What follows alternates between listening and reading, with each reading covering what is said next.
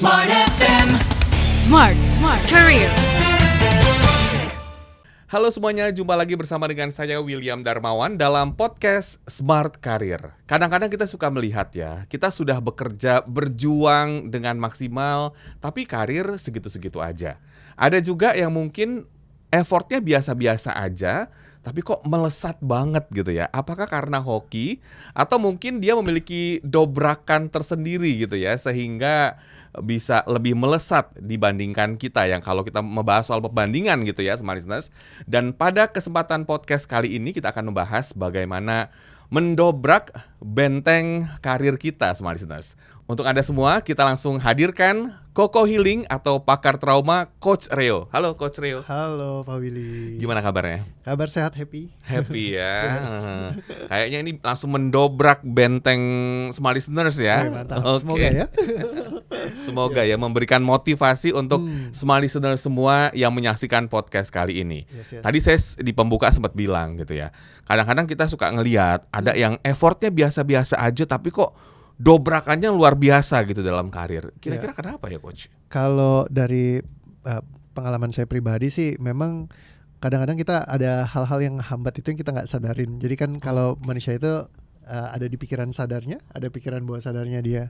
Nah kadang-kadang itu mereka banyak belajar untuk ngeberesin di pikiran sadarnya, tetapi di bawah sadarnya mereka nggak ngecekin. Jadi itu yang sebenarnya ngehambat. Nah biasa orang bilang kayak mental block. Di sisi mental block itu di sisi mentalnya, itu masih di pikiran kognitif. Tetapi selain dari mental blocknya itu ada keyakinan yang di levelnya mungkin afektifnya dia nyangkut. Jadi bukan cuma sekedar di level pikiran, tetapi level perasaannya. Nah kadang-kadang mereka banyak sekali yang ngalamin konflik pikiran dan perasaan.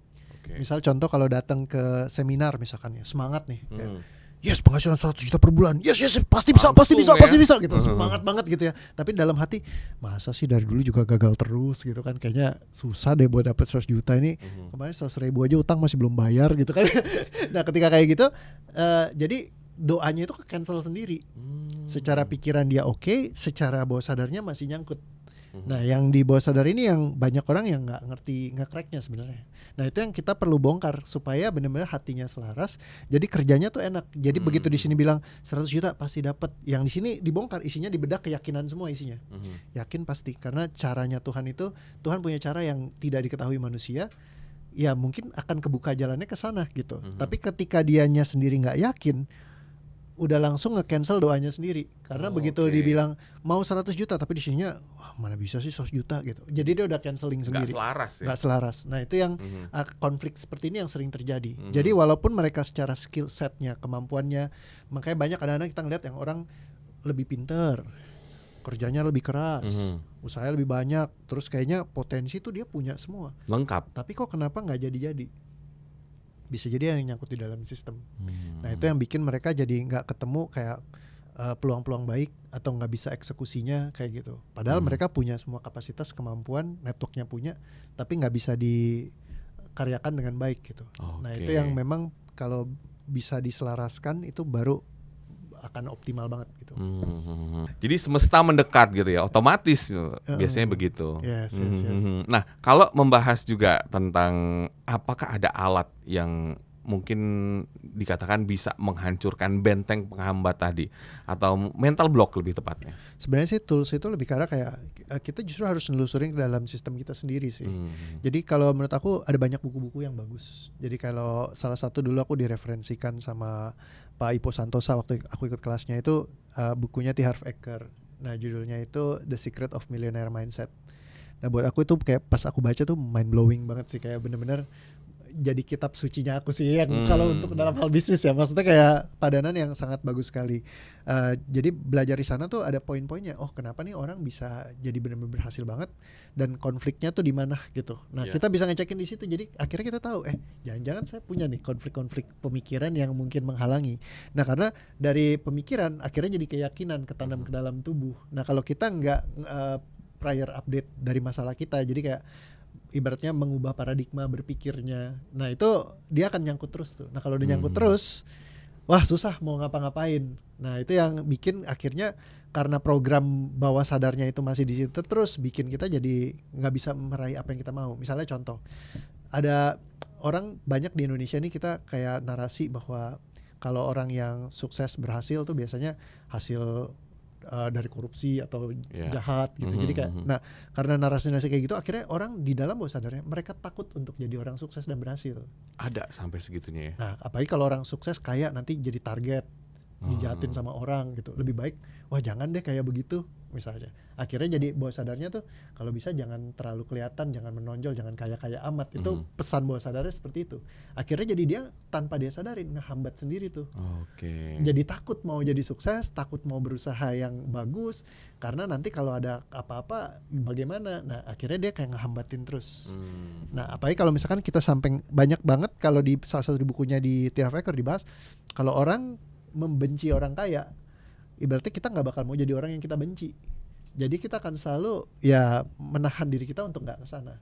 Akhirnya jadi bawah sadarnya yang konflik sendiri, yang berantem, yang bikin dia jadi sulit banget untuk mencapai keberhasilannya kayak gitu. Nah itu yang terus-terusan kayak gitu sih yang harus dipecahin.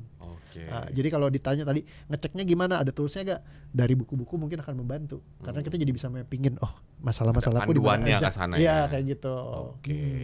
Apa langkah awal ketika kita mengetahui ada yang tidak beres di dalam alam bawah sadar kita? Sebenarnya Pak Willy lebih ke arah kayak kalau masuk pola, itu salah satunya. Jadi kalau misalnya patternnya itu kita kayak masuk lingkaran setan, kok udah usaha gagal lagi. Saya pernah masuk pola yang kayak begitu saya jalanin sesuatu, misalnya nih ya, udah mulai berhasil, udah mau dapetin satu loncatan besar, dia tiba-tiba gagal. Nah terus habis itu berhasil, mau dapetin loncatan besar, dia gagal. Jadi setiap kali mau jump kayak ke level selanjutnya, ibarat kalau level 1, 2, 3, 4, 5, abis itu kita bisa break point ke level yang lebih tinggi lagi, itu selalu jatuh terus. Nah ini masuk dalam pola tuh. Ada yang polanya kena tipu lagi misalkan. Ada yang kehilangan uang yang nggak wajar, misalnya tiba-tiba keluarga sakit atau apa segala macam. Tapi polanya tuh terus berulang. Nah salah satu ciri punya masalah bawah sadar adalah pola-pola yang berulang. Atau inversion. Inversion itu kalau ada law of inversion, ya, jadi kan ada law of attraction di mana orang undang sesuatu yang sesuai dia yang mau. Tapi kalau inversion itu dia selalu mengundang keterbalikan dari apa yang dia inginkan. Nah, misalnya pengennya sukses berhasil tapi yang ngundang gagal terus.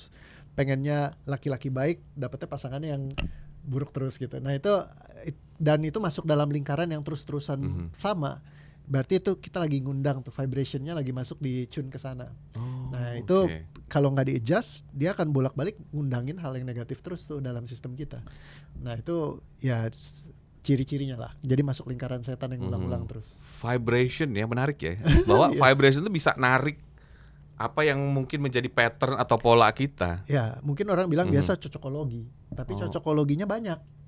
Ya kan? Misalnya loh kok cocokologi tapi ya itu kan nggak ilmiah, itu kan cocokologi, tapi ya masuk dalam lingkaran begitu terus gitu misalnya kan. Berarti ya siapa tahu kita bisa periksa bahkan dari level yang titik yang mungkin kalau dilihat masih belum ilmiah.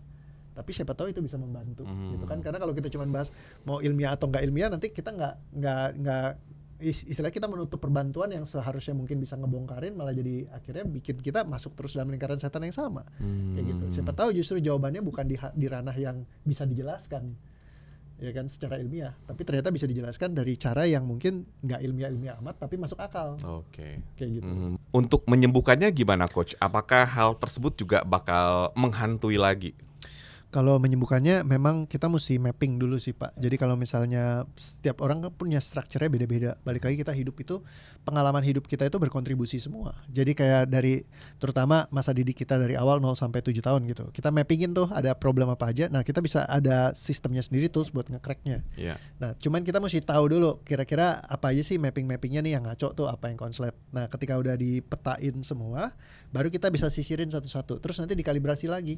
Emang ini udah selesai atau belum? Kalau dia udah beres, ada ukurannya semua. Jadi ketika titiknya sudah selesai di situ, kita bongkarin lagi yang lain. Sampai di saat dia benar-benar kayak ketika mau nginget goalnya aja tuh benar-benar kayak tenang. Terus nggak ada keraguan. Kadang-kadang kita baru ngomong misalkan penghasilan 100 miliar per bulan, terus di sini langsung rasanya berat. Kayaknya susah deh, nggak mungkin deh apa segala macam. Nah, ada itu bisikan-bisikan itu ya. Ya itu bisikannya tuh yang mesti kita benar-benar sampai beres. Kalau beres tuh dia kosong. Jadi kalau ngomongin 100 miliar per bulan, enteng aja. Let's go. Gitu. Kayak gitu. Jadi kayak benar-benar nggak ada keraguan sama sekali. Yang bukan di-denialkan seolah-olah let's go, tapi di sininya dia nyangkut nih misalnya. Nah banyakan orang tuh kayak gitu. Karena dia pas lagi ngomong let's go-nya tuh kayak nggak ringan. Tubuhnya kayak conflicted. mana bisa sih, nggak mungkin lah. Let's go, Nggak kayaknya ada nggak mungkin caranya. dia target Kayak gitu ya. Kayak kemarin salah satu pembicara saya ikut ke seminar gitu, dia bilang ya pas lagi kamu tuh banyak jadi blok karena kamu belum capai aja. Begitu kamu nyampe di sini kamu baru ngerti, oh ternyata bisa ya saya kayak gitu. Tapi kalau pas lagi belum capai itu, misalnya kita udah break misalnya 100 juta, udah break 1 miliar, udah break 10 miliar, mau break ke 100 miliar misalkan berat banget gitu karena belum capai aja. Kalau udah capai kan kamu kayak kalau kamu nge-track balik sekarang, misalnya kamu udah di level let's say 100 juta per bulan, kamu ngeliat ke belakang ya ternyata mungkin ya 100 juta. Padahal dulu kalau kita ingat kan kita juga kayaknya Iya. mana Nggak bisa mungkin sih gue ya. nyampe di situ gitu kan, nggak bisa lah, gimana gambarannya. Tapi ternyata ada aja jalannya Tuhan buat kita nyampe ke sana kan. Nah jadi sebenarnya kalau kita juga bisa punya keyakinan yang sama di dalam sistem kita 100% ibaratnya kayak selaras, ya itu buat kesana tuh jadi lebih mudah banget karena udah nggak ada resistensi, nggak ada frictionnya lagi. Oke. Kayak gitu. Jalannya Tuhan dan semesta juga mendekat gitu ya. Betul. Karena tadi kita sudah selesai dalam diri kita sehingga tidak ada keraguan-keraguan dan selaras gitu ya dengan alam. Yes, true. Wah, setuju banget ya apa yang disampaikan oleh Coach. Terima kasih atas waktunya dan sharingnya. Thank you, Pak Willy. Semoga memberikan banyak manfaat untuk semua listener semua, tentunya dalam kita berkarir dan kehidupan sehari-hari. Anda jangan lupa untuk subscribe channel YouTube Smart FM. Akhirnya saya William Darmawan Dan saya Coach Rio Koko Healing. mengucapkan terima kasih. Sampai jumpa. Thank you. Smart FM. Smart Career. Make your future better.